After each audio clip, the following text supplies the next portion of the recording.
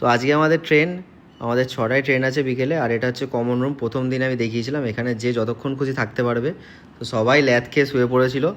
10টায় check out ছিল, আমরা 12টায় check out করি। তারপর এখানে একটুখানি ঘুমিয়ে টুমিয়ে তারপর আমরা লাঞ্চ করতে যাই। খুব ভালো ঘোরাটোরা হলো, আবারও আসবো আশা করি মানে আসবোই আর কি। পুজোর পর আমাদের আবার প্ল্যান হচ্ছে যাব। তো যাই হোক, এখানে একটুখানি মজ মাস্তি করে একটু ক্যারাম ট্যারাম খেললাম। তারপর আমরা গেছিলাম লাঞ্চ করতে।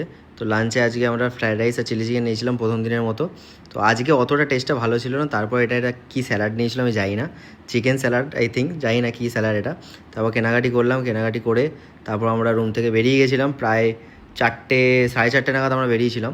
তো এখান থেকে যেতেও টাইম লাগতো, কারণ খুব জ্যাম থাকে এই সময়টা আর কি। তো টোটো মোটো আমরা বুক করেছি, ওখান থেকে আমরা ডিরেক্ট চলে গেছিলাম স্টেশনে বেশিক্ষণ দাঁড়াতে হয়নি, 15-20 মিনিট দাঁড়াতে হয়েছিল। তারপর ট্রেন চলে এসেছিলো। আর ট্রেনে উঠেই আমরা উনো খেলা স্টার্ট করে দিয়েছি, কারণ মানে আসার সময় আমাদের এসিতে টিকিট ছিল, মানে খুবই ভালো হয়েছিল, কনফার্ম হয়ে গেছিলো, আমাদের ওয়েটিংয়ে ছিল। তারপর ডিনারে খাওয়া দাওয়া করলাম পিজা মিজা। তো সকালবেলা বর্ধমান থেকে আমরা ট্রেন ধরে বাড়ি ফিরি। সো কালকে থেকে আবার নর্মাল ব্লগ আসবে, ডেলি ব্লগ যেরকম আমি যা করতাম দিনে সেটাই আসবে। তো আজকের ব্লগটা এইটুকুনি, দেখা হচ্ছে আবার নেক্সট ভিডিওতে। টিল দেন সবাই ভালো থেকো, সুস্থ থেকো, আর লাইক চ্যানেল সাবস্ক্রাইব করে দিও।